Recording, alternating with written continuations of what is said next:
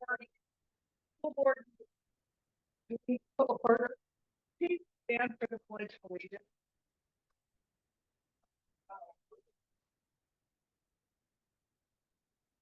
Okay. I believe in the flag of the United States of America, to the republic which stands one nation under God, indivisible, with liberty and justice for all.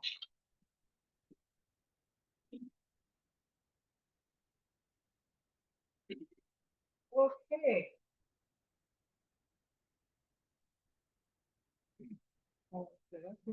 You up here?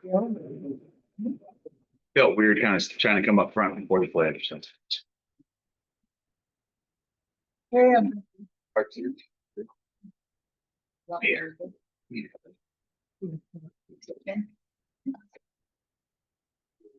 Okay.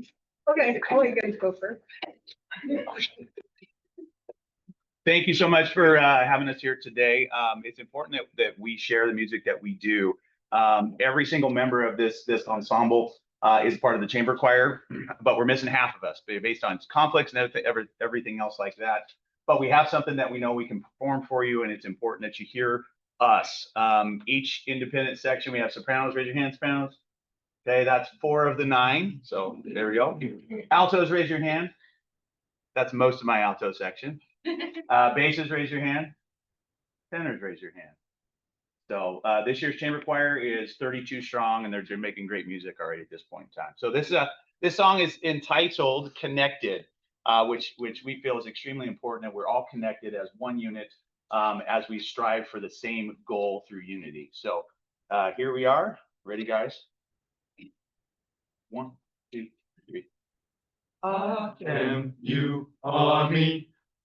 That's what I said. I am, you are me. Don't you see? I am, you are me. That's what I said. I am, you are me.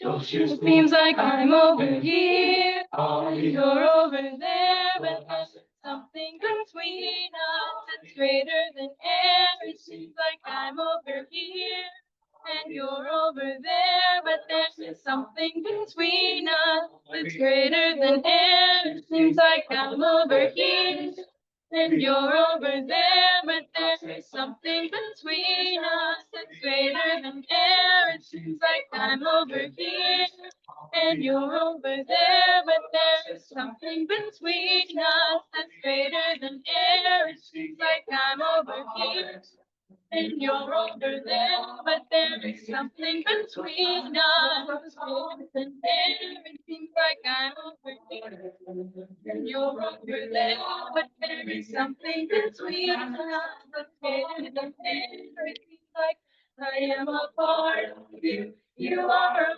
part of me, and so together we are one body. I am inside your head, you are inside my heart. We fit together, perfect from the start. Thank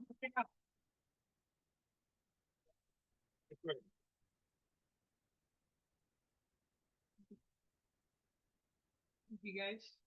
That was awesome. Yeah. Thanks for starting our meeting off. Absolutely. Great way. Concert's on the 22nd.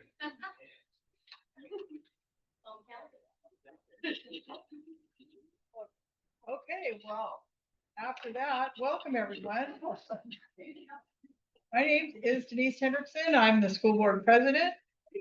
And before we begin, I want to remind everyone that the agenda and meeting packet are made available on the district website at least 24 hours prior to the start of each meeting. Please note that while we strive to provide all relevant materials in advance, modifications to the agenda are permissible. And that was our wonderful Yelm High School choir. Student or superintendent comments. All right. Thank you. I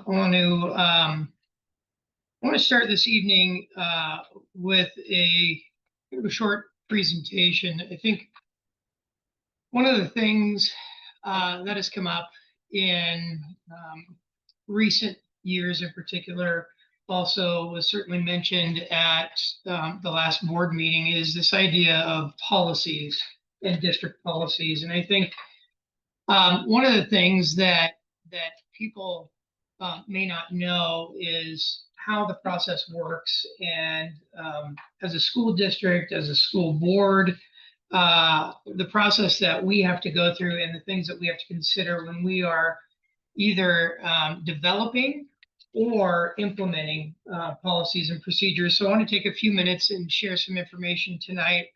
Apologize for the small writing, but you don't necessarily have to read all of this, but I will explain this piece. So as a board member, you're required to take an oath of office. And as of actually yesterday, OSPI put out a memo reminding all school districts of the very specific requirements for board members. And it's House Bill 1296 that speaks specifically to what you are to do as a board member and required to do it. And they're even reminding districts that if a board member refuses to take the oath, they may not be seated and their votes may not be counted. And so I think it's important for the community to know what a board member is required to do as it relates to taking this position on a board. And I think more importantly, the language associated with it, and specifically what OSPI sent out today is the part, you see that we already do this on the right-hand side. Again, you may not be able to read this, but this is the one, the actual oath we did with Frank. And the specific part that they were calling out is the part that says, I will support the Constitution of the United States and the Constitution and laws of the state of Washington. Oddly enough, these sometimes contradict each other, which puts school board members and elected officials in a very difficult spot. But this is something that the state is taking a very hard position on, as far as not allowing board members to be seated in their position or votes counted if they have not or will not take that oath. Along with that oath, Ellie, I'm not sure if you can get that to be any more clear, but I'm going to talk through this document, and we'll have this posted, I believe, after the board meeting, so you'll be able to see it. But they put policies in a few different categories as far as should a district, and that's fine, Allie, I can talk through it. Should a district adopt a policy? Is it required? Is it recommended? Or is it something that is nice to have? In kind of three ways that policies are generated. The far left, I'll read it from top to bottom. Far left says new state or federal laws or regulations are imposed, or legislative directives from to WASDA, which is the governing body for board of directors, or newer revised statutes or laws. And then if you go down on that left-hand side, what is the risk level of your board if they do not address that particular issue? And in kind of orange pink down there on the left says liability risk for not addressing these issues is high. Therefore, policies developed in response to the above are classified as critical. I'll talk more about the classification. In the middle section, this would be policies that come from maybe audit results. So we're audited every year. And so as a result of that audit, we may implement some policies and procedures. Also, potentially due to case law, which is constantly evolving, research-based best practices, state standards and guidelines, policy work groups, task force reports. And then down below, what's the risk level? Liability risk for not addressing these issues is moderate. Therefore, policies developed in response to the above are classified as important.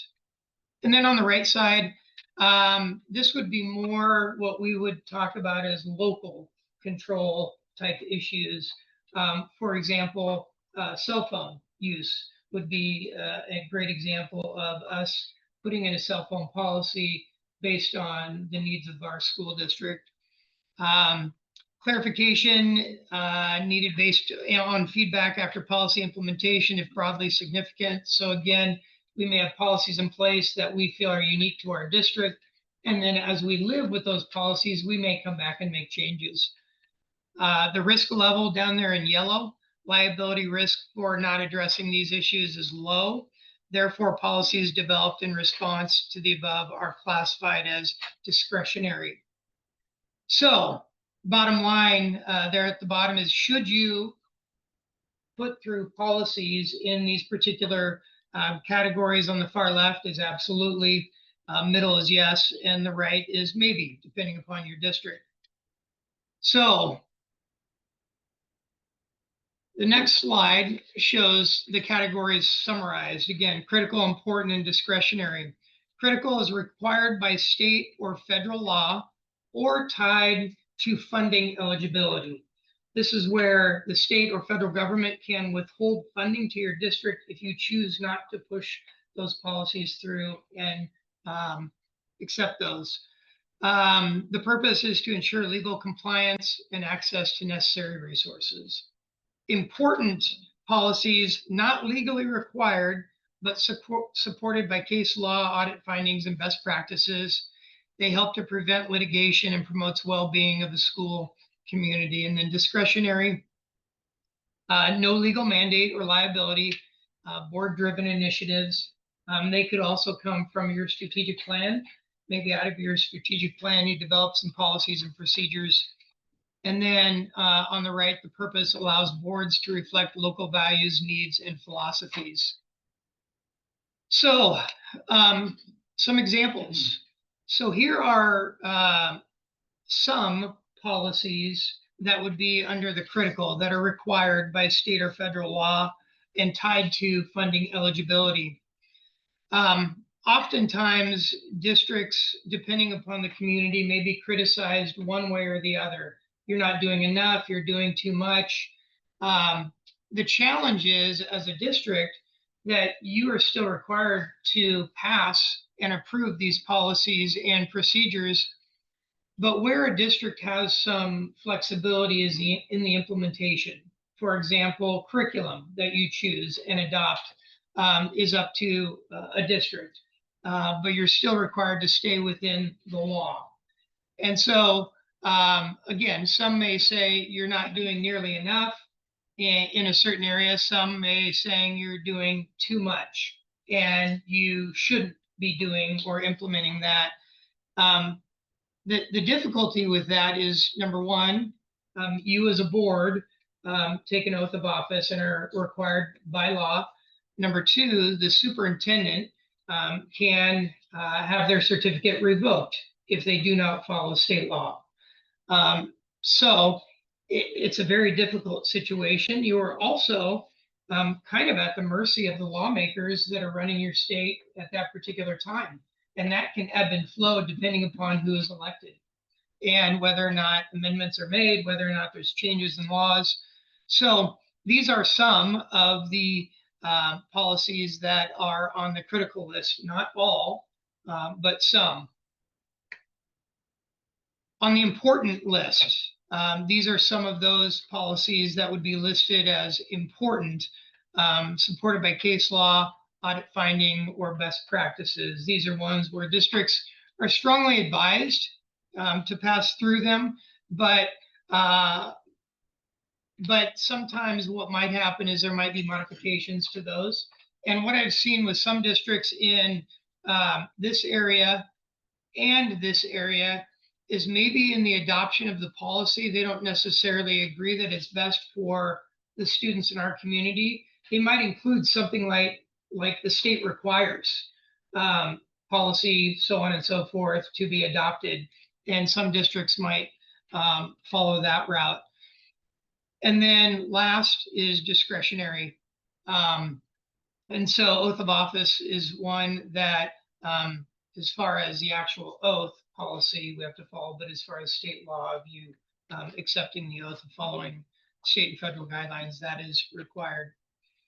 I think what's really important is for people to know and understand that a board doesn't have all the flexibility in the world to either deny policies that are sent down by the state or federal government, or just change them at any point in time just because they don't feel like it.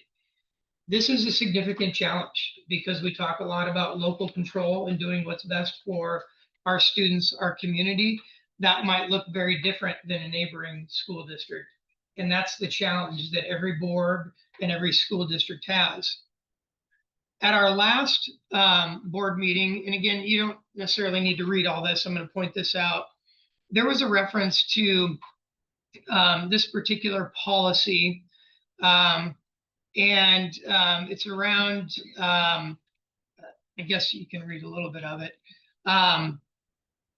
The idea that was presented at the board meeting was that the board brought this policy up in July, voted on it in August, and it was approved. But the reality of it was what the board was approving was the statement in red. This policy was adopted in 2020 as a requirement. And what the board was approving was the sentence that says anyone may file a complaint alleging a violation of this policy using the appropriate completed process outlined in the sexual harassment of sexual students prohibition policy, so on. So the idea that we're not being transparent, we're not being open, when you actually listen to the conversation and the process, the board and the district was not adopting this policy, nearly adding a required statement to the policy that was considered critical. I think all of this is relevant because this is something that doesn't change regardless of who the board members are. There are always going to be these three categories. And what fits in those categories may change depending upon legislation, changing or amendments to legislation. That may change depending upon who is elected in our state in making those decisions. That is the challenge of a school board and a school district. And if we don't follow, we risk many different things, including funding, and also me having my certificate revoked and not really wanting to do that. So the biggest challenge for us as a board and as a community is figure out how do we operate within the law and still respecting and recognizing what is best for our students in our community. And that is a significant challenge to operate within that box. But I think it's important that we continue to push and make sure that we are fighting for our students. There are avenues for us to take in order to try to change these if we don't agree with them. And that's where, as a community, we have to come together and work as a team to make our voices heard, especially with our local legislators. They are the first people that we have to go to if we don't agree with any of the policies, particularly in these first two categories. You guys have any questions? That was a lot. Very well I'd said. just like to say that there are some requirements of us taking classes. Now, like one of them is the Native American Government to government. Yep. government, and if we do not all take that, we don't get any money. Yeah. Yeah. Yeah, there's a couple other ones that we. Yeah, there's a lot to it. And I think, people aren't going to agree with every board member, regardless of who's elected, regardless of who sits in these seats. But I think people also need to understand the challenges that every school district faces, every single one. in trying to do what's best for their community while still managing the legal requirements. It is hard, and there's no easy way around this. Well, I think there's a misnomer on how much power the board actually has. When I ran for office, I was pretty sure that we had power to actually control things locally. And it became pretty clear pretty quickly that we do not. And that is really frustrating because not only do we not get to make some of the changes that the community wants and that we want, but we also get to be verbally abused nonstop by those that think we do have the power to institute these things. So it's really a lose-lose, and one can look at it in two ways. Either the system has been created in such a way to put the blame on us and away from the state, which is the camp that I sit in, or that's just how the cookie crumbles. But personally, we don't have the power that I think we should have, and I think the public doesn't understand when they vote for us that we don't. So. Don't say anymore. Ryan hasn't left yet. But I think that's very important because like we just, no matter what policy it is, you guys probably all know what we're talking about. There's just certain things that you want to change as a board member, as a dad, whatever it would be, and you're almost handcuffed that you can't. You might completely disagree with that policy, but it still has to come through. But that's where the board members sit there and fight, be like, what can we control in this situation? Make sure we're communicating that to parents and just being transparent in those situations.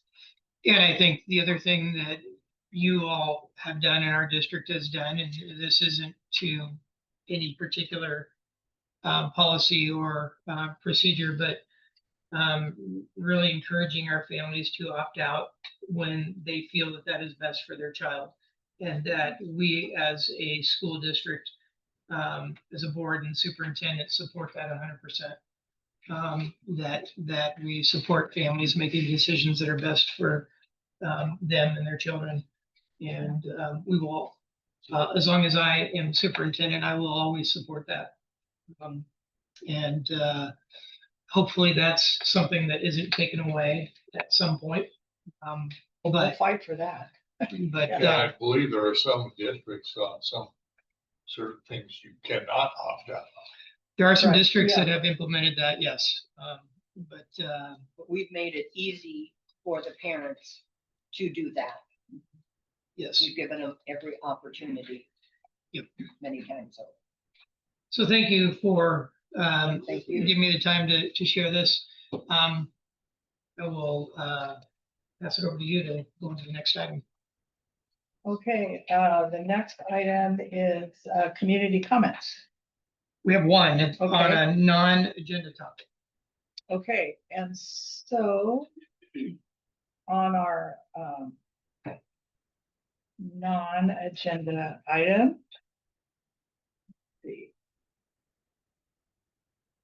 Okay, for the community comments that are separate from items on the posted agenda, please understand that the board will not engage in discussions for policy 1400. The board values and supports the opportunity for community members to share ideas. However, for non-agenda items, the board will not take action, but may refer the issue to the administration for further investigation or research. Comments on non-agenda items will be limited to 3 minutes per speaker and 15 minutes per topic. Any comments directed at the performance of school personnel will not be allowed. Comments that are inappropriate to an open public meeting will be immediately stopped by the board president. Community comments need to be presented in a respectful manner following proper decorum. Disruption of the meeting beyond the open comment period can result in the meeting being recessed. Thanks. Heather Warsaw. You can Where- stand right there. Okay, thank you. Yeah, wherever you want. Good evening, board members, Chris, and thank you, Chris, for your presentation. That's exactly the kind of communication, explanation, and transparency I'm going to reference later in my comment. My name is Heather Warsaw. I'm here tonight as a concerned community member and parent. As a prior school board member, although my stint was short, due to leaving that community to return to my roots of Yelm, I address you all with a different understanding of your role than most citizens. I also have an intimate understanding of public boards, elected officials, and legal requirements. This district is now facing the 4th consecutive levy failure. That should be setting off alarms for every one of us. I know it is for me. Much thought and many conversations with my fellow community members has led me to an understanding of why. It's not a funding problem, it's a trust problem. Each of you have or had children or grandchildren who have had the privilege of attending school in this district. Some, if not all of you, also attended school in this district. I did, kindergarten through 12th grade. Went to Prairie, Mill Pond, YMS, and YHS. You have seen firsthand the opportunities our schools once offered. You've also seen how things have changed after repeated levy failures. You know the impact that these decisions have had, not just on budgets, but on classrooms, programs, the spirit of our school, and most importantly, our youth, our future. The community has clearly spoken again and again and again. That was 3 again. It was in touch. This isn't simply a financial issue. It's a trust issue. The public has lost all confidence in how the district is being led. I urge you to take an honest look at the root cause of that lack of trust. We must stop pretending this is about taxes or voter turnout. The questions we all deserve the answer to. What is this board, each one of you individually, doing to rebuild trust and credibility with the people you serve? What changes are being made to communicate more openly, to listen more carefully, and to demonstrate accountability for past decisions? While I desperately hope I am wrong, I fear you will soon be making another round of difficult budget decisions. We need you to think carefully about what kind of district you want to have left when the cuts are done. Every cut sends a message about your priorities. I strongly discourage targeting sports programs for reduction or elimination. For many students, athletics are not a luxury. They are the reason they stay connected to school, understand teamwork, and have hope. Sports are the sole reason some adults are still alive today. While these decisions and discussions often happen in meetings that are sparsely attended, not the case tonight. I may have chosen another night to give my public comment. Please remember, you as the elected board are the decision makers. Superintendent carries out your direction, but the ultimate responsibility lies with each of you.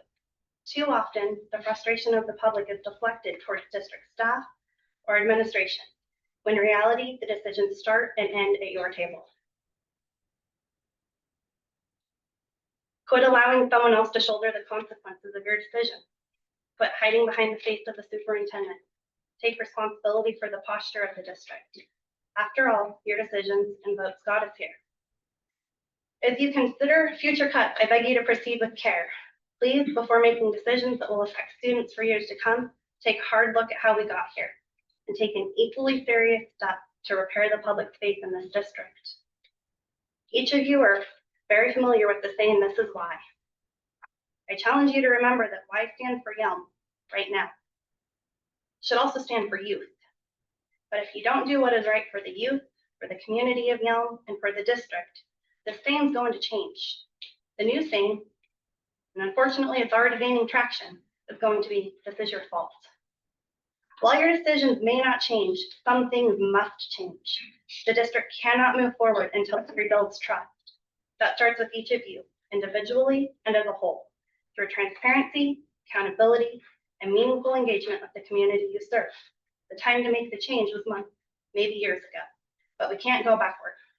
So we can agree now is the only opportunity left, and I hope each of you take it seriously. I know this was provided to each of you in writing. You may or may not have had an opportunity to read that yet. It was forwarded from the superintendent. Thank you, Chris.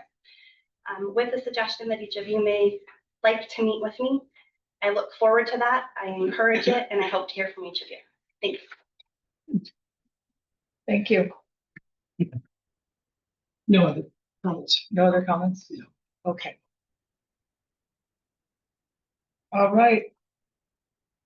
Thank you for saying that. I did get it. Thank you.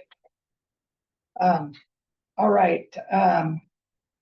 Individual contracts. I move we approve. I second. Any discussion? No. We have a Okay. Those in favor? Aye. Opposed? Motion carried. Acceptance of gifts. I move we approve. I second. Any discussion? Yes, I'd like to make a comment. There has been a rumor that, the board and the superintendent does not support the booster clubs. And I would just like to have it on the record. I will not speak for my seatmate. I'm speaking for myself, that I have always and always will support the booster clubs. I started out as a booster club many years ago. And I'm here right now without the booster club, and the elementaries have boosters. And we support the middle school, the elementaries, and this year, last year, the booster club at the high school has had to do more than ever in my memory of doing. And we applaud and I appreciate all that the boosters do. And without them, you're a volunteer, we're volunteers, and your time and your commitment and your passion. I don't know how else to say it. I don't know how the rumor got started, but by gosh, it's a lie, because we always have supported the boosters. I started out, I'm gonna say, I started out. My son was in kindergarten, first grade at McKenna, and I started out volunteering, doing the old fisherman's breakfast at the McKenna Elementary. And man, did it smell good when, when we did that. No, that is not true. I completely support the booster clubs and all that they do at all the schools, and many times I've spent my birthday doing Christmas in the park. So I know how important volunteer organizations are. I've served a lot of hot dogs, a lot of hot chocolate. We could not do the things that we do in this community without our volunteers. So if somebody ever tells you that we don't appreciate our booster clubs, our volunteers in our schools, I mean, yeah, come and see me. I'll tell you how important they are. They are so important. So, yep. Yeah. Squash that rumor right there. I just want to say thank you Yes. to the groups on here. We have a lot of people in our community working very hard to raise funds for our students. Oh my God. And these are people that I think are very strong supporters of our schools, supporters of the levy, supporters of doing whatever needs to be done to help our students. And it's unfortunate we are in the situation we're in, but out of this, I think there's been some positive, and that positive has been the participation of our volunteers, whether it's boosters, PTA, PTO. I think many of our staff across the district would say that many of our volunteers are there as much as they are. And we would not be able to do what we're doing currently without them. And I also think moving forward, every district is going to be cutting no matter what. It doesn't matter if you have levy dollars or not. We are going to have to continue to partner with our community, not just parents, but the community members, in order to provide opportunities for our students. And so a big thank you for this particular group. That's a lot of dollars showing up on this donor line every board meeting, and it's pretty amazing. Yes, so thank you to all the boosters, all the parent organizations. Yeah, girls basketball, Yes. CTE, automotive, and YHS choir. So all those in favor of accepting these gracious gifts? Aye. Opposed? All right. Motion carries. Okay, next item is YAEOP salary schedule. the 2025-2026. I move we approve. I second. Any discussion? Yeah,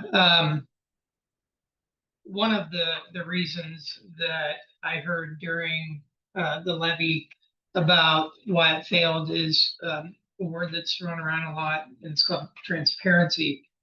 And I strive to try to understand, what does that mean exactly? What else is it that you need in order for it to be considered transparent?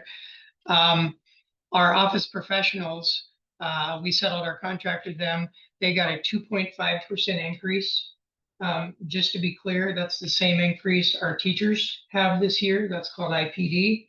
It's the same increase our district office staff got this year. Same increase that our administrators got this year, and 5% more than the superintendent got. So I just want to be very clear that you see a pattern here of IPD for all the groups that we have bargained with that have current contracts in place, and the office professionals are the newest one. All of these, again, all the contracts, all the collective bargaining agreements are on our webpage in the human resources section. You can read any of them. You can also see what the increases were last year and the year before that. I think that's a demonstration of transparency. Okay. All those in favor? Aye. Opposed? Motion carries. All right, Yelm High School Spotlight.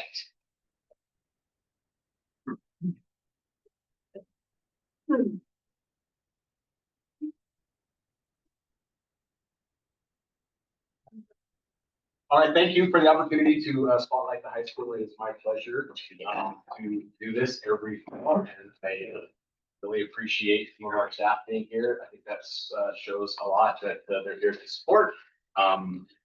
We have 20 minutes, at least that's what I've been told, to keep my presentation to 20 minutes. I will do my best to spotlight all the amazing things that are happening at the high school in 20 minutes. With that, can we make that first one happen? We'll see if the audio works. We're hoping.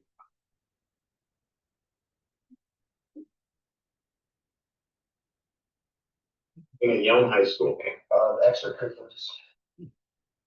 Student story. Promoting culture. Participating in conflict. Staff sports. Our connection. We're all one together. Cheering really loud at football games. Definitely the people here. I like the people. I love the community. I love the people in Yelm. I like my friends. We're all a family.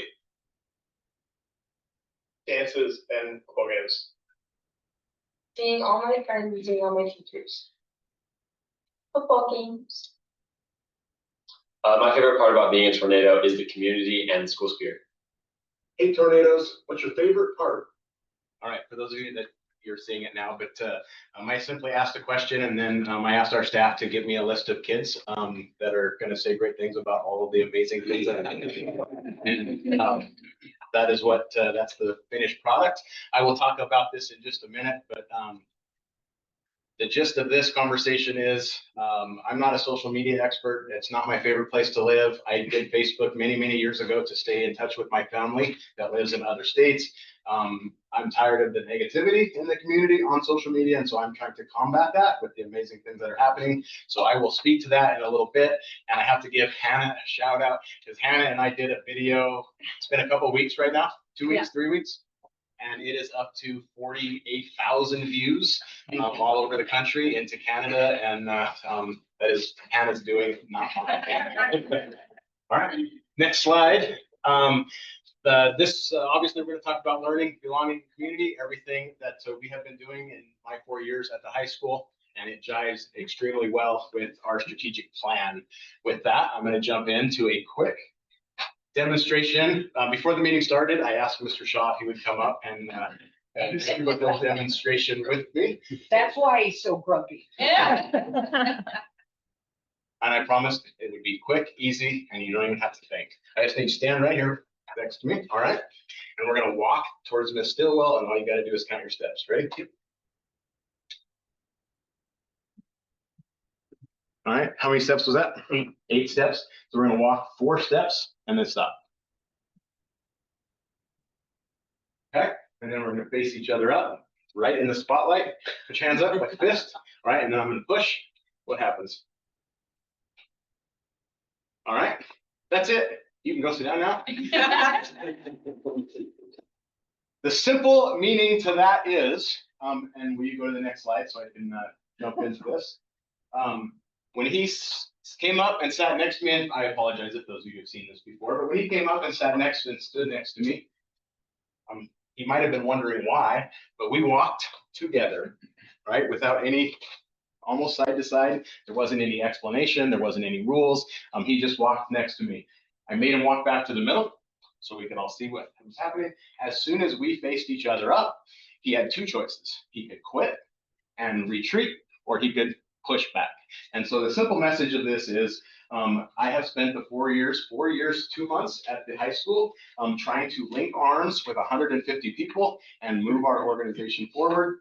I think it speaks that we've done a pretty good job of that when a bunch of staff members want to come watch this on a Thursday night when I know they're tired, and we'll be back at it at 6 o'clock tomorrow morning. My bullet points in that presentation, and again, thank you, Mr. Shaw. Collaboration and trust, that's how we move a school forward. We've been strengthening learning, we've been working on belonging, and we've been building community at the high school. It is not an easy thing to do. The high school is a big place, approximately 120 employees, give and take, depending on some are district office folks that come and work here, or back and forth. I think we're at 72 classroom teachers, 4 administrators, dozen office professionals. It is a large place doing amazing things. We can't do this by ourselves. We link arms with everybody, and we have moved the organization forward.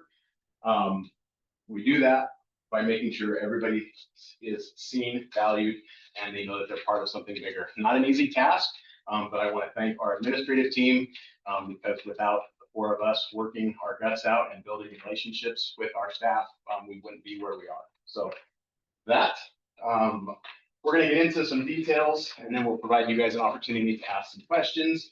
Again, learning, belonging, and community. Jump to the next one. We're going to talk about each one of these things and what that looks like, how we are addressing those things at the high school. So you're up. Attendance. So attendance, this is something huge that we are working collectively as a staff.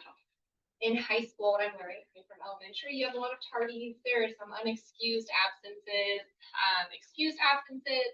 What we're doing to try and get ahead of that, we are doing 3rd period sweep. So students who are consistently tardy or skipping or have unexcused absences, we are partnering with them to call home to see if family is aware. We are then having them make up some time in lunch detention. We are working really hard on DECA. So Washington State requires our students to be enrolled in their education full-time from age 8 to 18. So we are tracking every student in this building's attendance. When they hit a certain trigger, we are doing Saturday calls home if we can't get a hold of the family during the week. We are conferencing with students. We are doing a student engagement accountability, so they get to come talk to one of us about, hey, this is how your attendance could affect your education, which leads to your future. Many phone calls, many emails, and I think something that has really helped is making the personal phone calls to the family. So I'm calling Ms. Jacobson and saying, or we are calling, hey, your student has been tardy 8 times this week. And then we are tracking it on a spreadsheet so that we know when we need to take that next step into interventions. Do they need attendance contracts? Do we need to have families come in and meet with us? And so we can sit down and really get to the core of why the student is not coming to class. Our admin, our counselors, our OPs, our wonderful attendance clerk, and our security team is all heavily involved in tracking students' attendance every day. And so that's kind of where we're starting. And we plan on continuing throughout the year to make sure that our students are coming to class. I'm gonna jump in and talk about tier 1 instruction, but before I do that, I will say attendance is our biggest challenge. That is our biggest challenge, is getting kids to class on time every day. And it's not unique to Yelm. That is a problem that all of my principal colleagues all over the state are having concerns with. Tier 1 instruction, that's classroom teaching. And so how are we improving that? Something that I thought about, I was actually in a presentation that Mr. Woods brought in to us last spring, and one of the presenters talked about this plan that he had, and he was at an elementary school, and basically he had a coin with every teacher's name on it, and his OP would give him 4 in the morning, and that was his job to then go and find those 4 teachers and just check in on them. We are doing that. So when I get to work in the morning, we pull out 16 coins and they each get 4. I love it because we're seeing people that we have not seen. I've evaluated the same departments year after year after year. And so there are other departments that I'm watching for the first time. The other thing that I will say is teachers are speaking to it, and they're like, hey, this teacher's been in my room 4 times, or this principal's been in my room 4 times. What's going on? Kids are picking up on it. Kids are asking, I had a kid come up to me at lunch today. Why were you in my first period class today? And the simple answer was that I knew that teacher's name in the morning. Cell phone restriction is having a huge impact. That is a big deal. Our teachers are speaking to it. Our kids are seeing the difference. I am noticing student engagements spiking just simply by taking the phones away. All that to say, our kids are addicted to their screen. They're addicted to their phone, and we have had a few conflicts. I was worried that this was going to be a bigger deal. This really was. I think the heaviest day that we've had so far was 26 phone violations in a day, and that's manageable. So thank you for that, and it's making a huge difference. And then I want to speak to instructional priorities. What I have asked, we have a formal, it's somewhat informal, I guess, an informal walkthrough tool that we use. It's giving some feedback around our criteria that teachers are evaluated on back to teachers.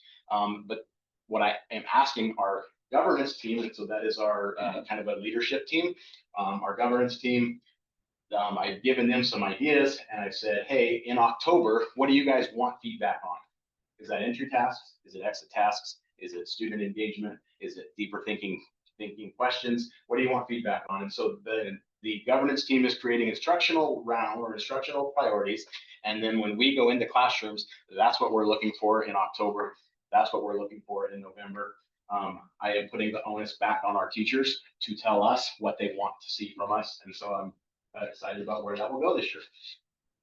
So I get to talk about the next 3, the MTSS practices. We have a care team that we started a couple years ago, which was pretty much counselors and our admin staff will get to talk about students that aren't turning up the attendance piece, or a student that may have a social emotional, which could be a student that during this process, we had a student whose home burned down. So looking at the wraparound services around that, just the whole student and the whole child. And since then, we have also brought our school psychs as well as our social worker to talk about those pieces. We meet for about an hour every Friday as a whole big group in Mr. Cleverin's office. Some students come up again, but there's also some takeaways. How are we going to help with that? What are the pieces that we're going to do to ensure that there's some follow through on that?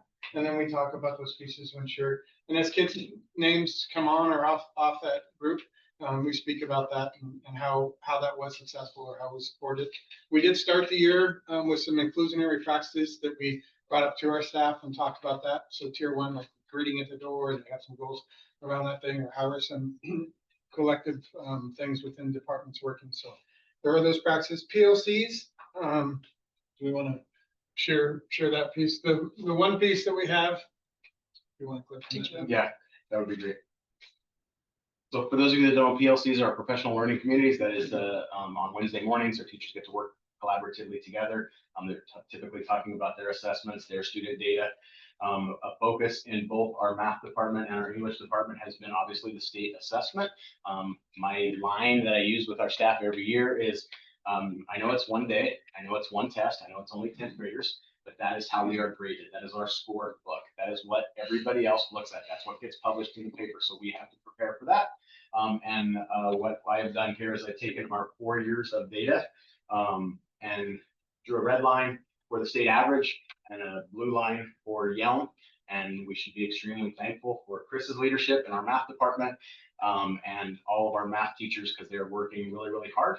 And again, that is a snapshot of one day, one assessment. Some kids, I will tell you, we have a student that went to an elite college that did not meet state assessment. Why? Because it's not attached to their grade. It doesn't mean anything. So we are getting their best effort, and that's what we're being evaluated on. We're trying to make sure our kids know the importance of it, and we've done well with that. English is the next tab. I just want to talk about that for just a minute. Our English team is right on par to a point where in 2025 last spring we outperformed the state average, and we should be proud of that. We've had a couple different administrators in the 4 years oversee the English department. Allie's doing it this year, but the team works great together and they're doing amazing things. All right, back to our presentation.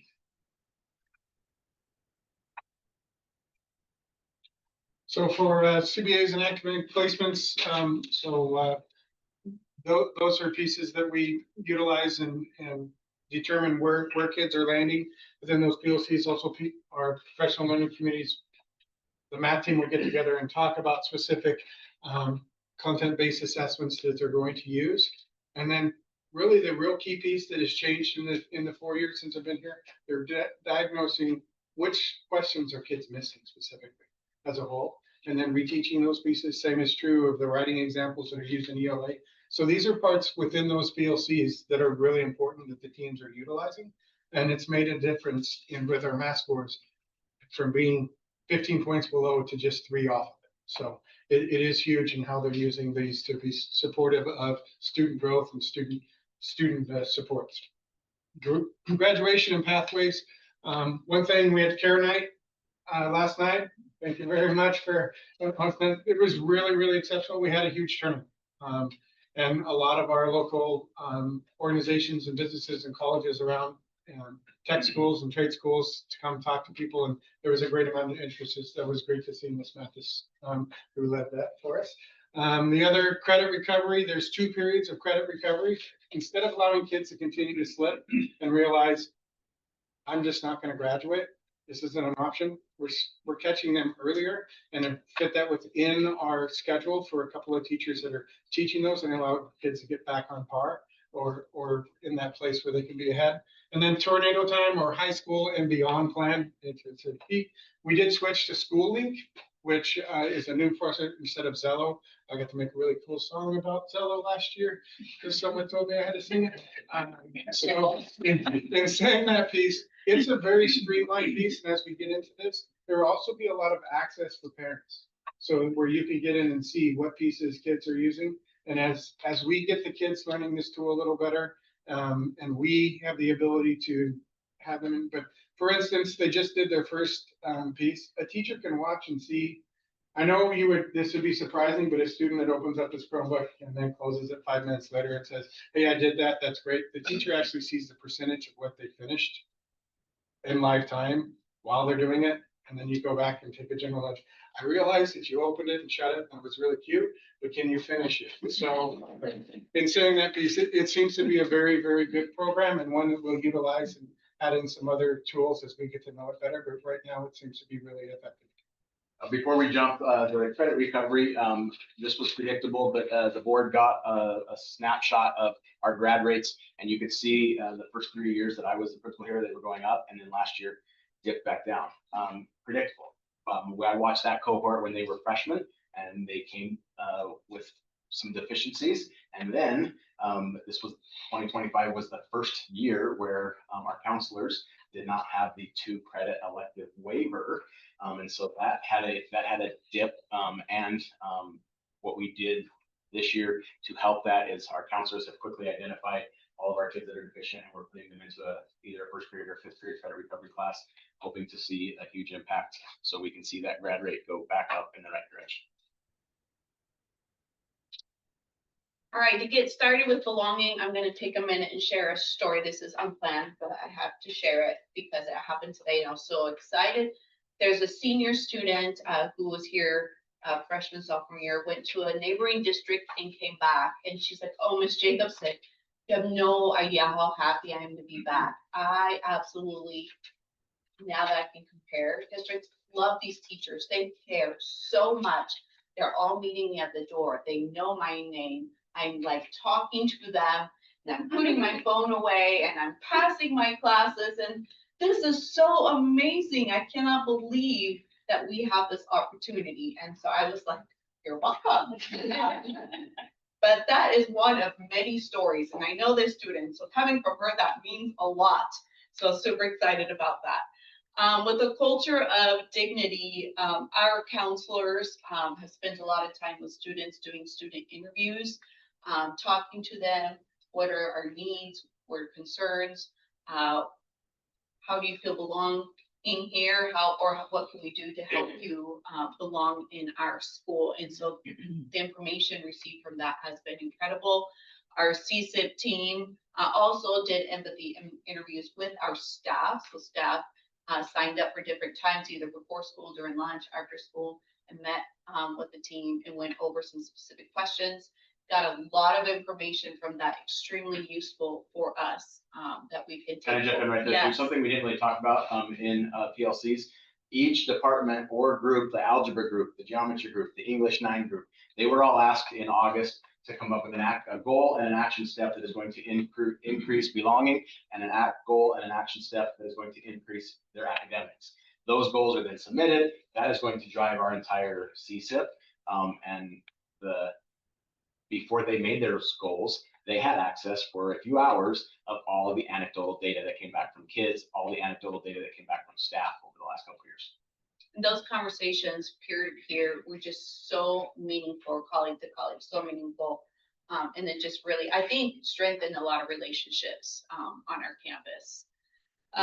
Student behavior, we're doing weekly student support. I think one of the biggest impacts is our care team that we meet on Fridays and talk about individual students with specific needs with the counselors in our school sites and our school social worker, and just putting a plan in place for each kid and bringing the student in, bringing the family in, and just seeing some growth and some changes in the students have been very impactful on that.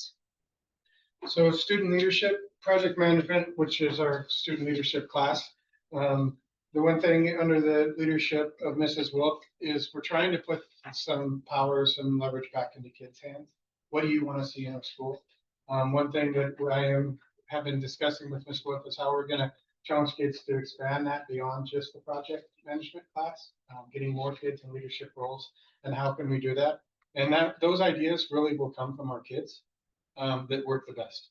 We can create stuff and have stuff, but if it's student led, it really goes places. And so that's something that we'll continue to work on. And in a time where I guess the amount of leadership for different classes are, if it's student led from the ground roots up, I think it'll be pretty exceptional. So we'll work on those, and hopefully I can share back at the end of the year. If you ask me what happened with here, I can share some pieces that are organically made by kids that mean, and usually when it's made by kids, it stays. It's not person dependent, it's school dependent. So, creative opportunities. Don't take that from That's me. you. Yes, I love this one. I'm so excited. As you know, some students love academics, they rock it. I was not one of those. I'm on a drama club. That's what got me engaged. So students can engage in different ways in our school. If you have not gone to one of our walks, please come. Huge event, so much fun to see kids work from elementary all the way to high school. So come on out. Club Rush was great. That's when all the clubs come out during lunch, so kids can see everything from needlepoint, which is one I would like to join. They couldn't, but we'll try. All the way to gaming. Gaming club has over 50 kids, and I don't know. There's a lot of them, and it's really loud. So I'll stick with the needlepoint club. But they feel so at home there, and it's just so nice to see all that. Don't forget to come to our concerts, lots of those, and our social media. Thanks to our student leaders and Mr. Claverenga for all the social media. So join.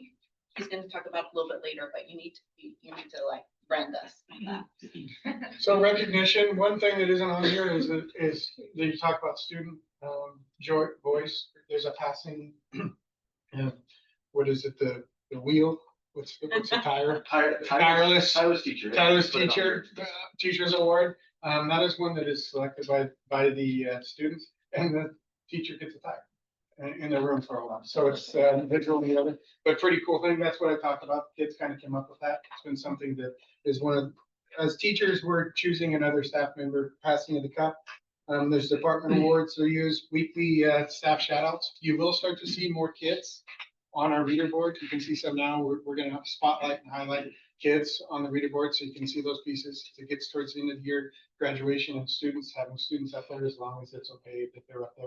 Having those people up there will be really, really important. It also lets you see, as people drive by, see some of the shine of the kids and how great they are here. Well, we said social media recognition. When I was a kid, you got the certificate, you took it home, put it on your fridge, you're happy. Kids don't want that. It doesn't do any good anymore. It is now, can we give them a shout out? Can we tag them in a Twitter post or a Facebook post or Instagram post or Snapchat or all these other things that I don't know what we mean. All right. I did jump into the social media game this summer. Only have 9 posted, but this was last week. We're like 215, 220 followers. There's a ton of Yelm high school pages out there. I've had this conversation with educators for the last couple of years. It's endless. It's hard to manage. But there's a Facebook page, and we have that is our staff photo from one of our August days. That QR code will take you to the Instagram account that we're all kind of managing together. And I said this before. I think the next slide will talk more about it. Those are our 9 posts. We've had some fun with them. This was again last week, 33,000 views, 5,000 views, 4,000 views, 3,700 views, 3,600 views, some of the same ones. Those are engagements. So those are likes. I'm learning a lot that Facebook and Instagram are merged, and I created this as a page, not a person. And so I get access to all this analytical data, and it is insane to go through and think about it. But it is helping us, and hopefully we're reaching our community. My mantra this year has been, if you're not telling our story, somebody else is. I'm tired of somebody else telling the story. We're going to tell our own, because it's a pretty cool school that we're the opportunity to run. So community input, I appreciated you guys talking about Booster Club, because we have some Booster Club members here with us tonight, and they're phenomenal. They are working endless amounts of hours. I don't think people know the heart and soul that actually goes into what they're doing. It's been wonderful for us to partner with them. When we partner with them, they partner with the community. It kind of brings us all together. And that's been a really beautiful thing to experience and witness.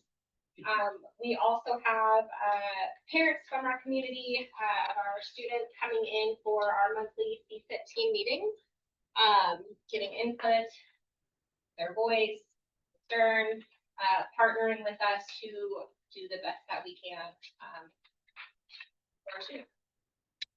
All right, the next one, is that me?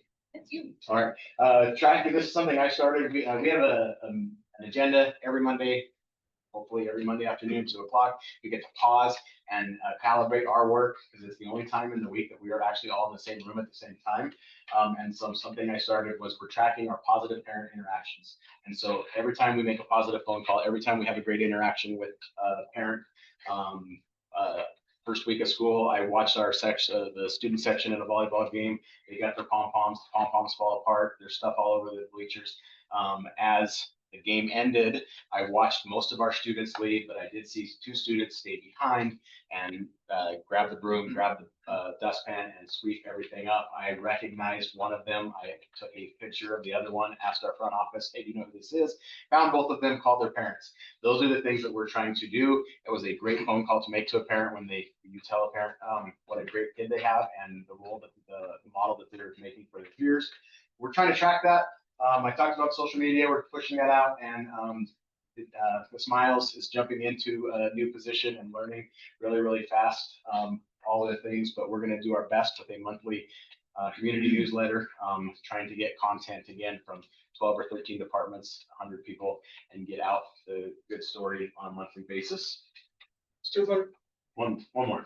So we will have student-led conferences in the spring. One thing that we are looking, using Schooly, because we've been having a little bit, the focus of student-led conference for the sheet was really around who's going to college. I think we're going to broaden that. I know we're going to broaden that to both our trade school kids that are looking at trade schools or tech pieces, our kids that are going to be joining the workforce, as well as our kids that are joining the military or going in the military branches. And the reason behind that is both, one, for teachers input coming back, but our students are saying, this really doesn't apply to me. So it's hard to have a kid have a high school and beyond plan. It doesn't really apply to what their plan is going to be. And we see more and more of our kids looking a different route than college is not. I want to say I believe in college, but it's not the only answer. And so making sure that we have that for our kids, and I'll work with a group of teachers as well as pulling in some students and maybe some community members to say, how can we do this and how can we make this the best application for our student and have it a process that comes from 6th, 7th, and 8th and on. So I'll be talking with our adjoining middle schools about what are you seeing there and how can we make this streamlined so it's something they keep. And it's all housed within School Link and can be carried. The nice part about School Link and being a state program is student leaves, like our student left, and then would come back to us. That would carry away and then come back to us. So those pieces don't just go away using School Link. All right, our next one. One of the goals for the strategic plan is what does engaging our community look like? And so I want to celebrate what it looks like at the high school because our staff do an amazing job connecting with their community. I put out several surveys last week and I just asked, tell me, how many times are we interacting with parents? And so I'm going to go really, really fast here. But from our administrative office, we have made 115 calls solely on attendance. We have 81 calendared parent meetings between the 4 of us in the first month of school. We estimate about 300 drop-ins in the first month of school. We have processed close to 500 discipline offenses. It could be this kid missed class 5 times and the teacher wrote them up. It could be something more serious than that. We've dealt with and interviewed kids and with families 218 times on suspensions. Most of those are, hey, you're not following our expectations. We're going to take a break and have a reminder in school suspension. But we have had a few majors already this year. Our counseling team, again, amazing. We had at one point 6 counselors. We have 4 and a partial at the extension school right now. What they are doing is amazing. Just in the month of September, 178 appointments. They've estimated to take 480 phone calls from families. They processed 462 schedule changes in the first 10 days of school. We have taken on 120 new enrollment meetings. That means that we've gotten all the documentation from the previous school, previous state, and then we decide on placement. That does not happen with a click of a switch. That is time for both the registrar and our counselors. They are participating in 104 504s. That are 150 kids on our campus that need additional support, and we're communicating those with our teachers. We put out a needs assessment. 1,100 results came back. It is their job to read on 1,100 results from kids, and then they will come up with a game plan to what their counseling goals look like for the year. A challenge is advising New Market and Running Start kids. They're only here for one period. They come here and they take choir, right? Or they come here and they take band, and then they're over at SPSCC or another place. And so our counselors are still required to make sure that they are hitting all the marks, passing all their classes, and meeting all their requirements of graduation. Many of those meetings are harder to get to than the kids that are here all day. Support staff, our front office estimates that they interact with about 700 so far in the month, 750 community members or parents in a month's time. Our attendance office has taken over 1,000 phone calls in 30 days. Our ASB and athletics office is estimating 350 phone calls or interactions with families. Our registrar, who joined us from Ridgeline Middle School the day before school started, has processed 52 of the 120 new student packets. Not an easy thing. Security team is doing tardy sweeps 3rd period. So kids that have a number of tardies, our security team is calling that kid in and they're saying, you were tardy 5 times, call your parent. And they call their parent and we monitor that. We're tracking that. We've done 101 of them in a month. Health room has 335 visits to the health room and engaged with 543 parents. That is either health, safety plans, need support, Shelley's here tonight and could probably speak more to that, but it is tireless work and it's nonstop. I did all that work about a week ago, and then I realized I haven't even got to our teachers yet. So I put out a survey earlier this week and I said, teachers, how are you guys doing? What are you doing? So in the last 2 days, I've gotten results back. I asked the teachers 3 questions. How many times have you been to a parent meeting? How many times have you emailed a parent? How many times have you called a parent? And then I totaled all those up. Our classroom teachers totally have had 331 parent phone calls. They have sent 3,359 emails to families. Many of those are automated with progress in their academic content. And they have been in 141 parent-teacher meetings. So we are engaging with our community. We are doing a great job as a staff. It's not easy when we lose staff and we lose office hours or office professional hours, or we lose classroom teachers, or we lose administrators. But the people that are still here are working their guts out, and it is noticed.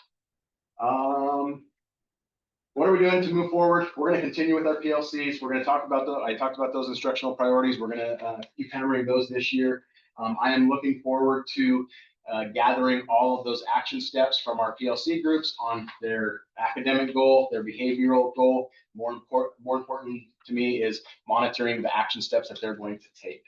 And then student-led conferences happen in the spring.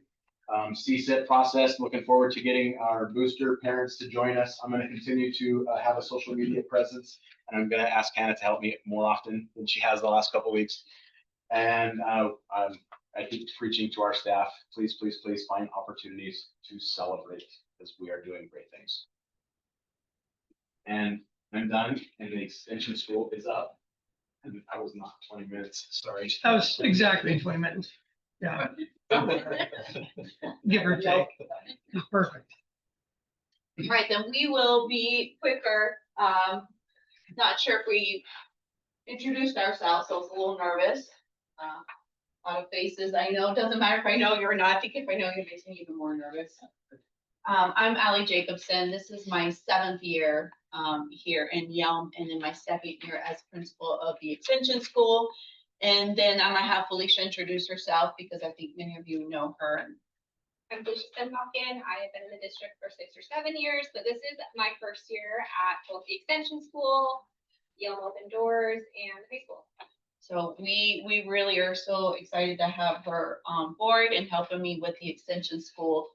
It's hard to be at 2 places at the same time.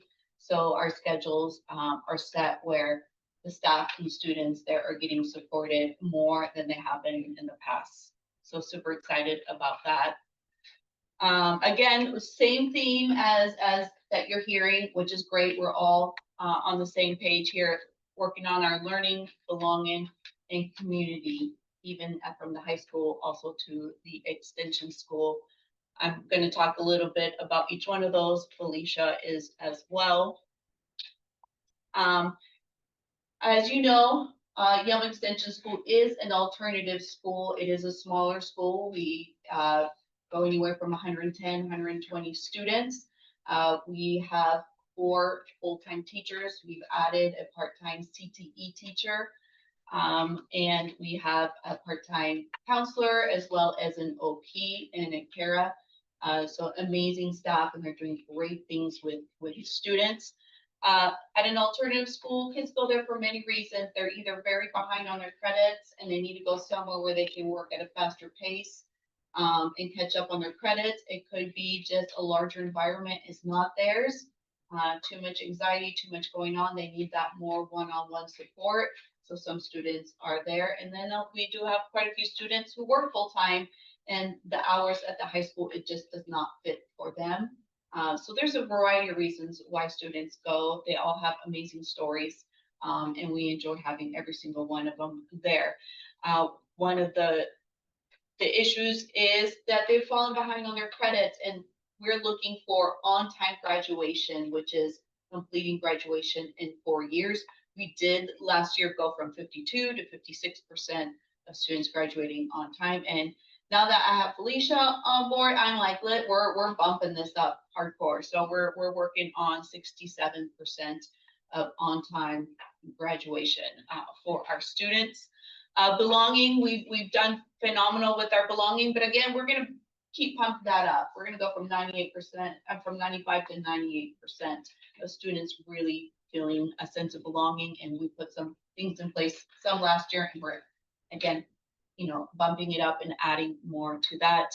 In community, we want to involve our community, our parents in the process of supporting our students to graduate. That is our ultimate goal, besides sense of belonging, graduating, and having next steps for them. Okay, well, I kind of talked about this already. So what are we going to do to increase our graduation and provide the support for our students? Our teachers are meeting with students every week, doing a check-in every week, looking, hey, where's our progress? How are we doing? Where are we stuck? If you're stuck and not making progress, you need to come in more often, because students can work some at home, some at the extension school. You're going to come in, you're going to sit with me, we're going to continue with this progress. So that weekly check-in with the students, and then making specific plans for them. Something I noticed when I became principal over there is the lack of CTE classes. They would have to come over here for CTE, and that was just a little hiccup for them. So we've added a part-time CTE teacher where they can get those classes there at the extension school. So that is another reason why we believe that we are going to be bumping that up. And then also our care team, just like the care team model that we have here at the high school, we also have there. It is every Friday we meet with the teachers and the counselor and our para and our OP, all of us together. It's like a family. Like, where's the students that are in need or stuck or need something? What is it? How can we support them? What resources can we provide for them? And those conversations are just amazing to have. Our belonging, again, kids love it. Once they go over there, at first they're like, one teacher stuck with them all the time. I don't know. They end up loving it. It is a family. They feel comfortable. They've made some really good friendships. Felicia's over there all the time. She can speak of those friendships blossoming and having some positive interactions. We've started different things, like now we're going to do monthly lunch activities where they get to come at lunch and do all kinds of activities. We're going to have family evening activities, which she'll talk about maybe some of those. Oh my goodness, I don't know, just so much going on. And some of the belonging stuff she's going to touch on, because she does have kids, have them the opportunity to submit a survey of what is it that you're looking for in our school? What is it that you would like to see? How can I help you? And that information is coming to her. We're collecting that, talking about it as a staff, and seeing what we can do to provide. Hopefully, and steal your thunder there. And our belonging, as you can see, and I won't get too much in this, but the participation used to be very low. And then we started really coming up with a plan to get the participation to hear from the kids. And so we're going to do that again this year, just really putting it out there. Guys, tell us what you're thinking. Give us that information so we can support you. And if you're a parent of an extension school, please fill out the survey when it comes to you. Thank you. All right, here we go, Felicia. So community, this is one of my favorite things. It's something that I highly believe in along with my team. And so I've had a lot of fun partnering with Allie to start something a little bit new. We have been sending out bi-weekly newsletters.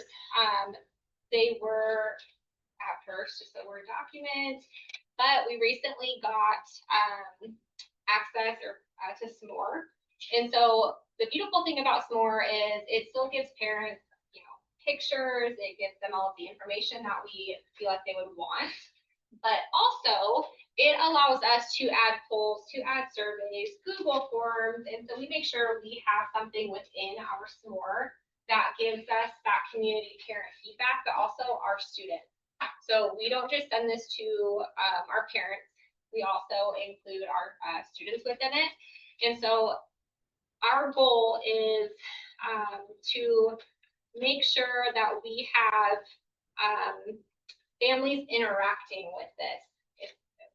another thing going out. And so we're able to pull the stats. So our first s'more, although it wasn't our first newsletter, our first s'more went out and we had 46 views. When I looked tonight, it went up to 48. And so we would like 100% of our families to view and access this, but we're making progress. Something that I think when Ms. Jacobson and I talked to students that they've enjoyed, and we've enjoyed hearing that they are actually accessing this, is they love our polls. And we're asking them, what do you want to see in our newsletter? What do you want to see at our school? Because if we are doing things that don't interest them, are they going to come? Nope. And so I'm going to be sitting at the school with Ms. Jacobson looking awkward when no one comes. So we are really pulling their voice into this. Something that's not pictured up here is the survey. At the end of our s'more, we have, or not even a survey, I'm sorry, it's a Google form. Hey, reach out. If you can't call, maybe you want to fill out the survey. What concerns do you have? Would you be interested? Come in and meet with us. Let's do a family activity. How can we pull you in? What do you want from us to help support your engagement, but also your student success and your growth? Our staff have been phenomenal about, hey, have you seen this more? We'll be on a phone call. I think it was Tuesday. I heard, hey, our s'more went out. Did you look at it? There's links. We have high school information or Yelm high school information. And so it's been kind of fun because every week you can also kind of tweak it to the results that we get in our Google document and on our poll. We have it on our website. So when it says desktop, people are going to our website, accessing it from their computer. They're getting on it from their cell phones. And so I am probably more excited than I should be to watch that number grow. Because we are building this based off of what our community, our family members, what our students want to see, want to access. It's been a great year so far, and we're so excited to see how our students grow this year. So check back with us at the end of the year, because I'm sure we'll have plenty of amazing stories. Thank you.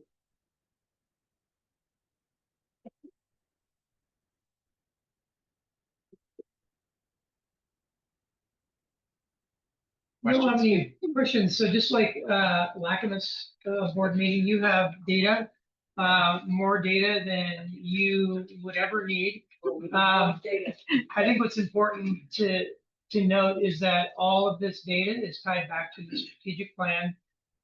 Every one of our buildings, just like you saw at Lacamas, reporting on the 3 areas that we are focused on: learning, belonging, and community. And so you have all the data in front of you that we're going to be tracking throughout the course of the year. And also you've got kind of the sheet that explains all the data as well that you guys are going to continue to get for every building as we visit. But what questions do you have for them? They're prepared to answer anything. Well, I had a bunch of questions, or a couple of questions written down, but then they went ahead and answered it during the presentation. So, first of all, I'd like to say, having been around a lot of years and bringing in each building, that sometimes cuts something positive, and I really like this format as far as bringing you guys in the high school instead of running you through an all day. It worked, and I was really one that, oh, it's not going to be the same. And it's a lot more information. It's a lot more, I like it. I don't know how you guys feel about it. Probably wouldn't either one of them, but you did a great job, and with all the information. Now, do I have a question? I'll let someone else ask, but it really good. Really, thank you. Really enjoyed it. One of the data points that is missing on the packet you guys got, we had an office professional retire and a new office professional start. So they have the keeper of the s'more account. So when that person leaves, we don't have access to data from last year. And so we're trying to figure out, once we get this month, we will then be able to compare it month to month.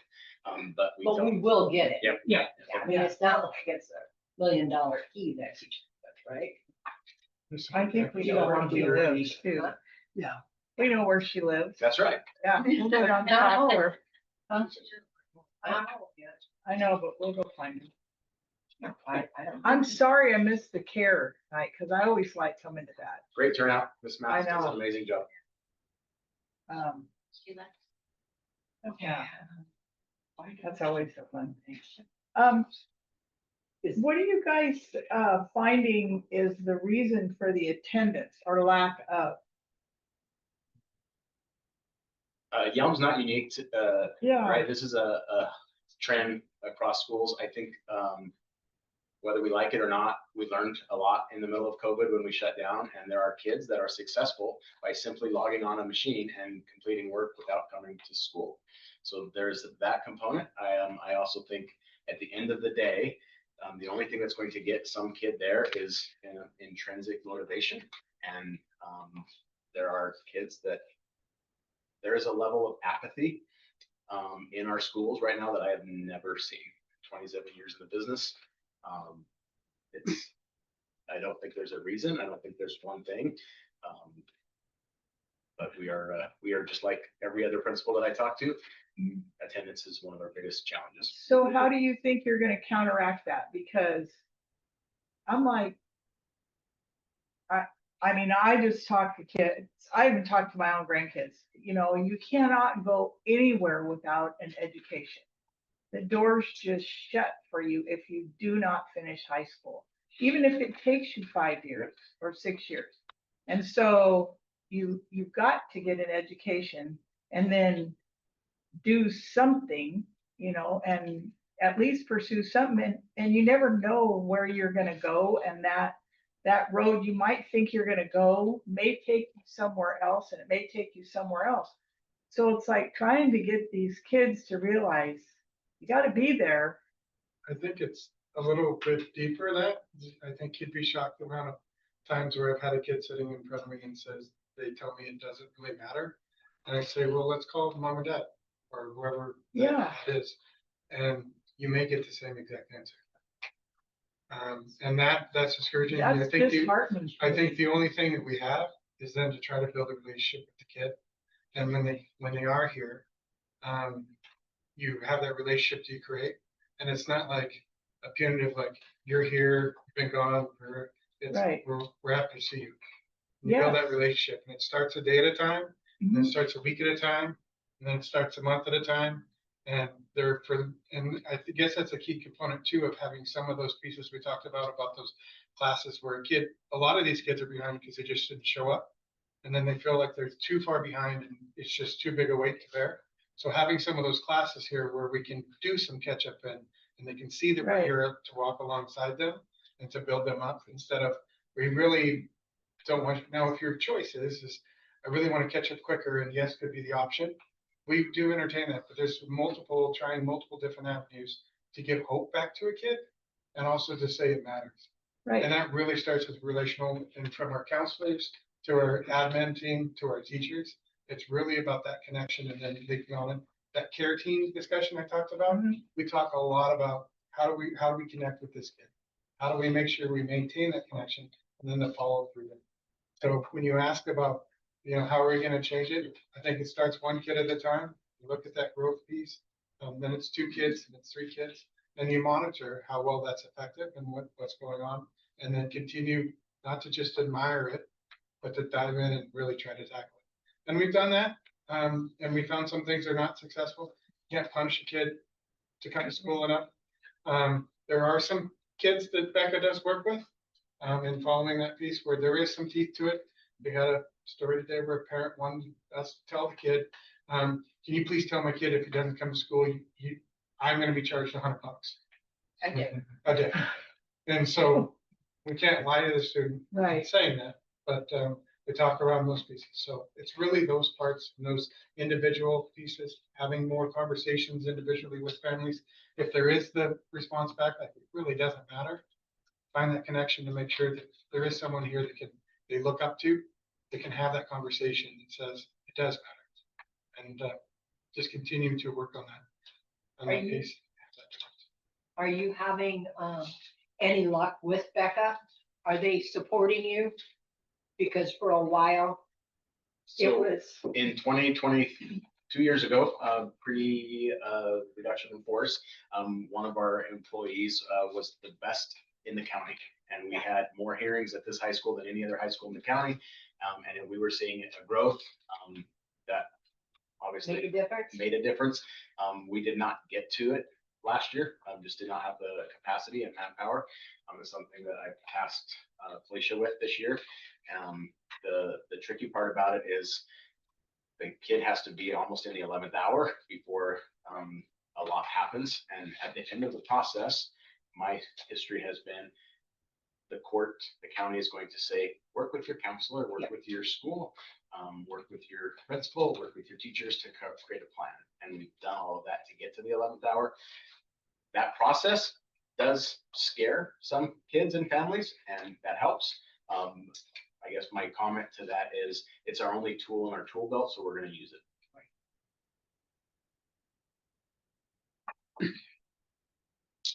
I have one more question.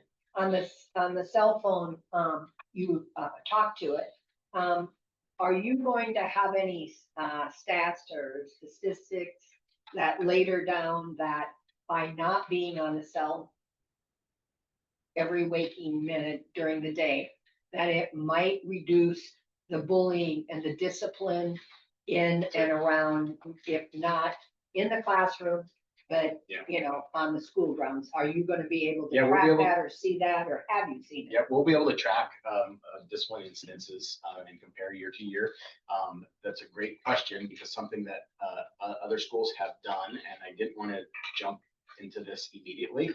But now that we've got our feet on the ground with the current cell phone policy, one of the next things that I would like to do, and again, I'm going to work through our governance team.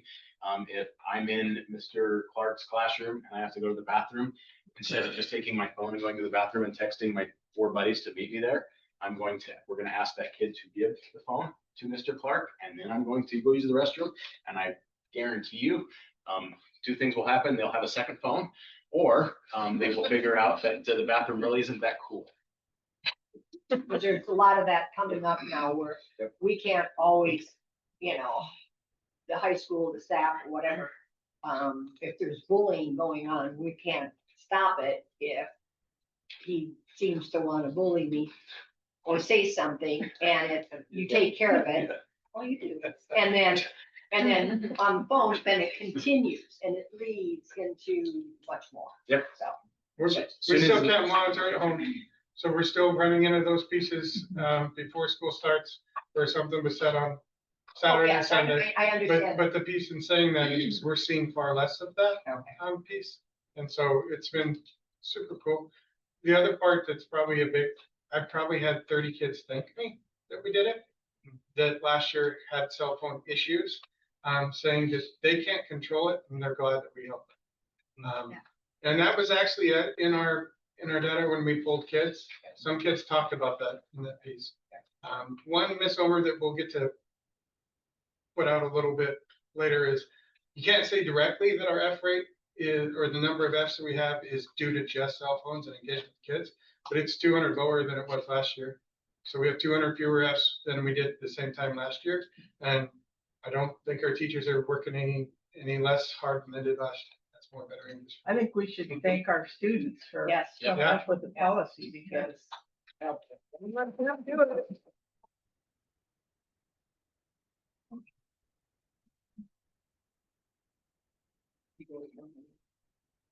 Gentlemen?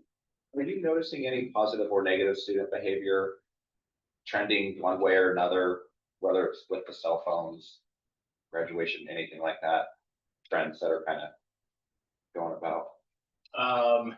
The TikTok challenges ended a couple of years ago, and so we're not seeing those in our schools. Which is That's a positive trend, right? That's a positive. Like I've seen. I will say this, and again, this is anecdotal. Every year out of COVID, it has gotten significantly better. And that's not just at Yelm, that is across the state, across the country.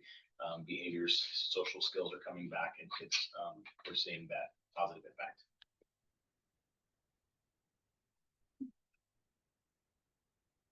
Yeah, on this on track, off track on October 3rd, you have on track passing, off track passing. Does that just mean that if they're off track and they're passing, they haven't done all the assignments, but the grades are still good? So, this is Kurt's, 4 days data, and my hunch tells me that, what he's pulled is, ninth grader might be failing their English 9 class right now, but they got a credit when they were in 8th grade. So they still are on track to have the 6 credits that they need at the conclusion of the school year, even though they might be failing the class. The other thing that I struggle with this data is, the moment you pull it, there's 82 teachers who are in very different places as far as, did they grade that quiz? Is that grade quiz sitting in the box over there? Was the kid absent the day before? So the data doesn't do us a lot of good until grades post at semester. I do. I just want to say thank you. Having been a former high school principal, I know how hard that job is under normal circumstances, let alone post-pandemic and fewer staff. I think after having been a high school principal and my son went to the neighboring high school, being an assistant superintendent in district with 2 high schools, it is pretty amazing the work that our team does, not just admin, but our counselors, our teachers, our classified staff, our bus drivers, at building relationships with kids. And there is nothing more important that we do than that. Everything else comes after that. And it's pretty remarkable to see the efforts that our staff put forward in building relationships with kids. And there is nothing more important that we do than that alone. Our kids are hurting and they want to know that somebody cares about them, and not just cares about them, that quite frankly, that loves them and wants the best for them.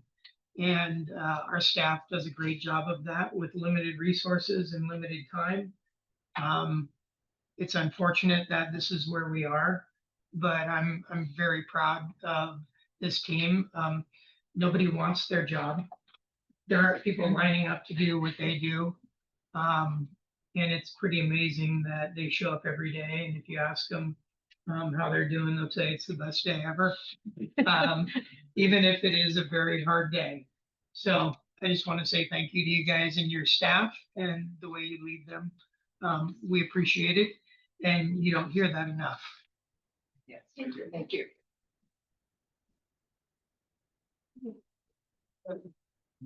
Even though it was a little over. Barely, Yeah. barely. Okay.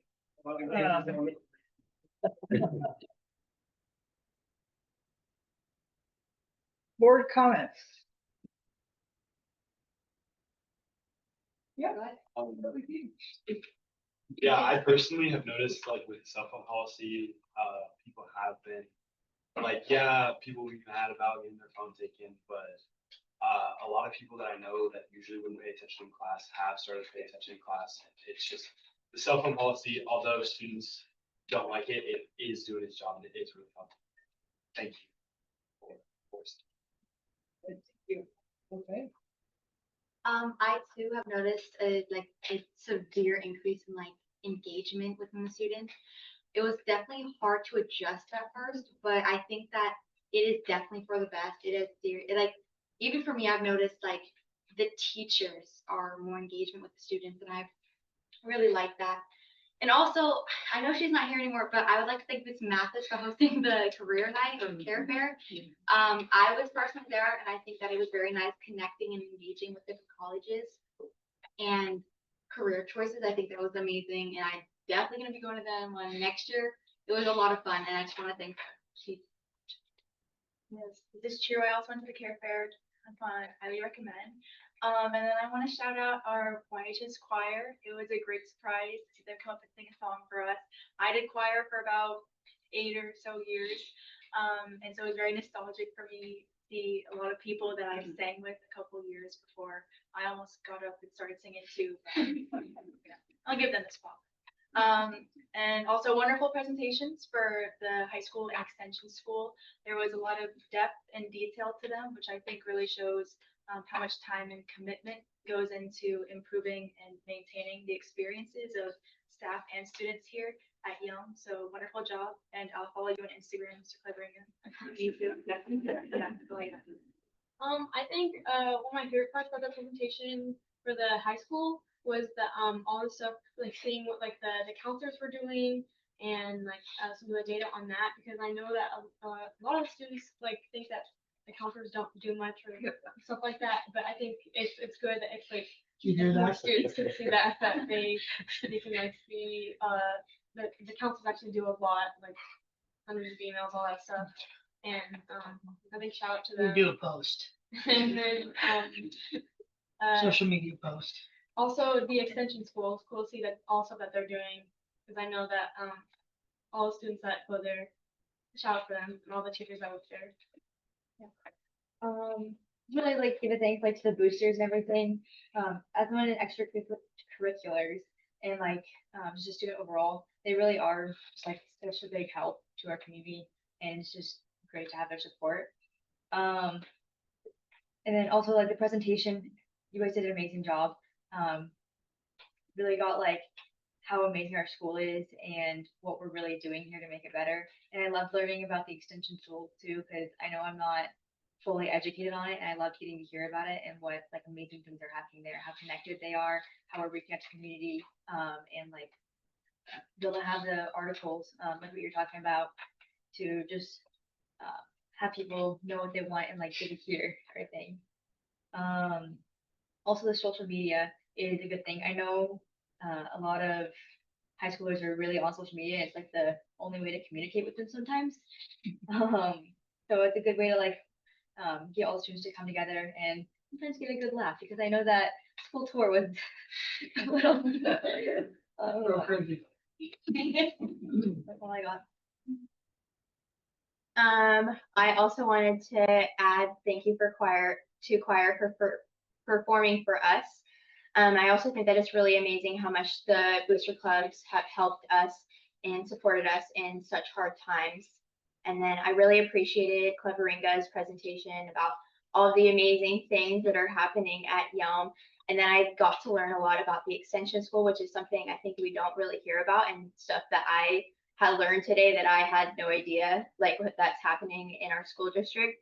And then even though I've been lacking a little bit helping Cleveringa with his social media aspect, I run the Yelm student body. And so I've really been focusing on that, and I'm really proud to say that in the last 30 days, we have had 1.4 million profile views on the Yelm student body. If you don't follow it, they're one of the best, I would say one of the best high school pages. Yeah. Hannah's I work really amazing- hard on it. Hannah is an amazing talent, and somebody's gonna be lucky to hire her running their media campaign someday. Maybe that's who we need for our young community. Yeah. She's already helping. I just found a person. Okay, Bill. Okay, I would also like to thank the choir and also thank the high school admin team. Great presentation. And I gotta say thanks to all the people that actually stayed for the meeting, so. And been to a few football games, went to 4 football games in 4 nights last. Outcomes always didn't come out the way we wanted. And I would have to say that Eatonville's crowd on Friday night for their size of school was a darn good group showing up there. I couldn't believe it. Yeah, thank you for choir. You can sing way better than I can tell you that much. I think I sound like that, but I know it's probably not true.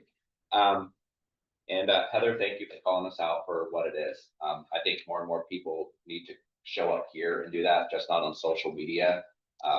You know, people can talk positive on a board comment too. It doesn't always have to be, you know, finger pointing and stuff, but there's a lot of good things that do go on that we don't necessarily get recognized for, you know, and it's real easy to point fingers a lot of times. Thank you for the high school and the extension school presentations.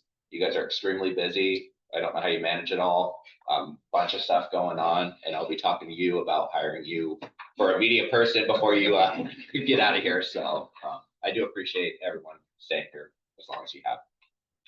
It was a great meeting and I wanted to see a nod. Do you like doing it this way, showcasing, other than when we came in during the summer and did it? I think the authentic meeting is a nice place to showcase the schools. And we get more parents to watch and staff members to watch. In the middle of the day, it's hard to get everybody at the place. Great, thank you, and the choir. And before you leave, I'd follow, but I don't know how to do it. There you go. Don't let her on. Don't do it. I'm good, good. I want to talk a little bit about the personal aspect of what I heard from the high school about looking at each kid for who they were and what they need because they're not always getting that at home. That is something that I think more people need to be looking at life that way. We're not numbers. We're not social media profiles. We're people. And I think that kids aren't getting what they need at home a lot of the time. I see that coaching through youth sports. And I really appreciative to know that we have people like you guys who are taking that tack and working with the kids individually, because that is what the society is missing. On that same level, I want to appreciate the Booster Club and all the other volunteers in this community that are also looking at the individual needs these kids have and this community has as a whole. And it takes a village, and it takes even more than a village right now when there's so much misinformation and finger pointing and torch and pitchfork grabbing that is going on. So it takes a lot more of the good to overshadow the bad, and I'm proud to be able to call some of you my friends and proud that you guys are working to move that needle. And that gets me into the transparency conversation, because I think that's tied to this whole thing as well. I mean, we do need to be transparent, but at that same token, the community has to want to receive that information. I take every phone call that I get, and we've talked on the phone multiple times, and you would be shocked at how few phone calls I do get. We don't have our own PR.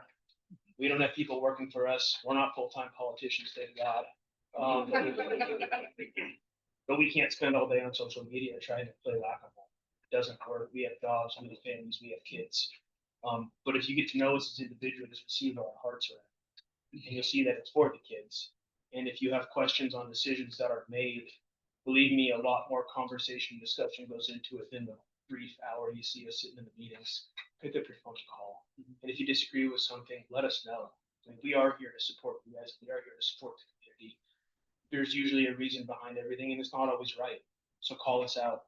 But we also need your help to spread that word to the community that we are approachable, that we do have their best interests at hand, and that we want to be here for the kids. And we can't do that on our own. We're only 5 people. So the finger can get pointed at us all day and all night, and it does. But we need the help of the community to help combat that. And if they're not here to help us, we're never going to win this battle. So I appreciate you coming here and giving us that information today. And I know that you have a heart for the community as well. But just as much as you need our help, we need your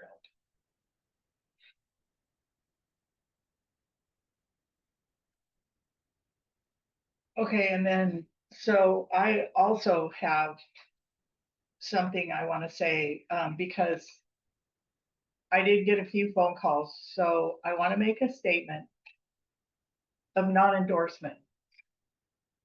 As a school board, we do not endorse or oppose any candidate for public office. Our role is to serve the educational interests of our students and community in a nonpartisan manner. While we do not engage in political campaigning, the board may choose to endorse or support educational initiatives, ballot measures, or policies that directly advance the mission, vision, and goals of our district. So I just want to be really clear on that. We don't endorse or oppose any candidate.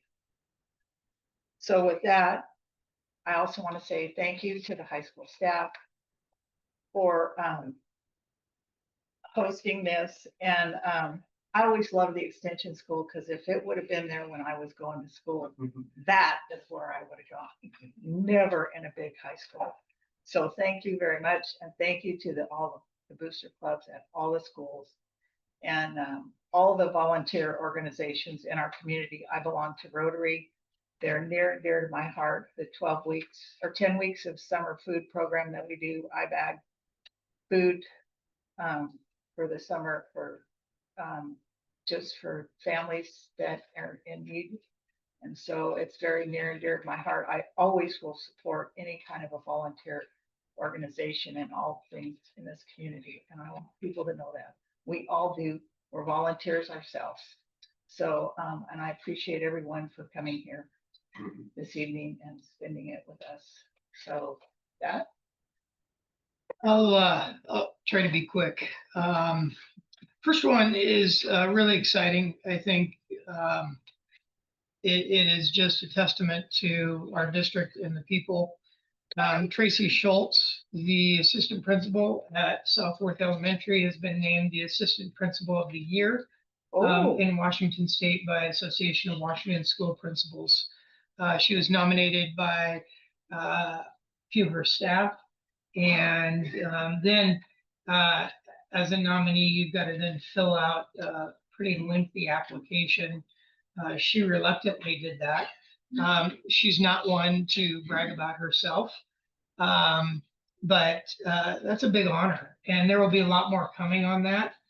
It'll be throughout the course of this year. They'll come spend several hours at the building, interviewing people. They'll probably want to reach out to you and interview you, students, parents. It's a big deal. So big congratulations to Tracy, assistant principal at Southworth. Care event was awesome. A lot of people put time and energy into that. And it was just a lot of fun to watch. We had our first special ed parent advisory committee meeting this week. Just a really neat group of people focused on improving our special education programs. And Shannon Powell, our director, and his team, they're really the ones responsible for starting that and opening the door for conversation and inviting feedback of what can we do better and different, and kind of taking the approach of families with students who have special needs should not have to fight for what is best for their child. As districts, we should be providing that, and they shouldn't always have to fight for that. And that has been that's kind of been the process in school districts, is that you have to fight for what's best for your child. We don't always get it right. But he has these meetings to allow for parents, a representative from every building, to get that information and bring it back to the committee. And so that's been really, really good. I got to go to the Yelm Middle School Booster Club meeting after the parent advisory meeting, because I was already there on campus, and really impressed. They're working hard. They have so many things planned, and it's all around engagement. It's all around engaging our students and our families, and it was pretty neat to see. I did my September bus ride out to Clearwood, and I got to do I do the elementary one and I do the secondary one. I do one every month. Debbie works with Kimmy, one of our routers over there. They schedule their bus route that I'm riding, and you're always welcome to join me if you ever want to. But it's fun. I want to say thank you to Shannon. The reason I want to say thank you to Shannon is because she took the time to take the invitation that Debbie keeps pushing out on social media, that the superintendent will meet with you anytime, anywhere, day or night, and try to answer any questions. I'll hear the criticism. You can tell me the criticism about me. I will listen. Shannon reached out and she had questions, and we sat and talked for a little over an hour. And I just appreciate that she was willing to sit down and have a face-to-face conversation. And not enough people are willing to do that, and that's going to be the best strategy for us in our district is face-to-face conversation. So just wanted to say thank you to that. I got invited to the Thurston County Regional Planning Board to present on our levy. Very supportive group, a group that wanted to know how they can help. This morning at 7:30 a.m., I was at Thurston County Chamber Board meeting. They invited me to come to also share about the levy, but also big picture around school funding. They want to know how they can support and help, not only just Yelm, but a broader conversation around budget. And I just want to say thanks for our staff here tonight for presenting. There is so much good going on in our district and so many good people that work in our schools. And it's unfortunate that we have people that want to spend their time pushing negative things out there. It's only hurting our kids and our community. And so I would challenge everybody here who has social media, go on there and put something positive about something you may have seen tonight. And I think we just need to continue to flood with the good news and ignore the negative and invite people to conversations. And if they don't take you up on it, I don't know why we give them any time of our own to even listen to what they're saying or read what they're writing if they're not willing to have conversation. And so I would encourage all of us to invite people to conversation. And so with that, we'll go. Okay. I kind of stay off social media because I get sick of it. Gives me a headache. Next board meeting is October 23rd, 6 o'clock. It's a regular board meeting and it's at the district office. Meeting adjourned. Thank you.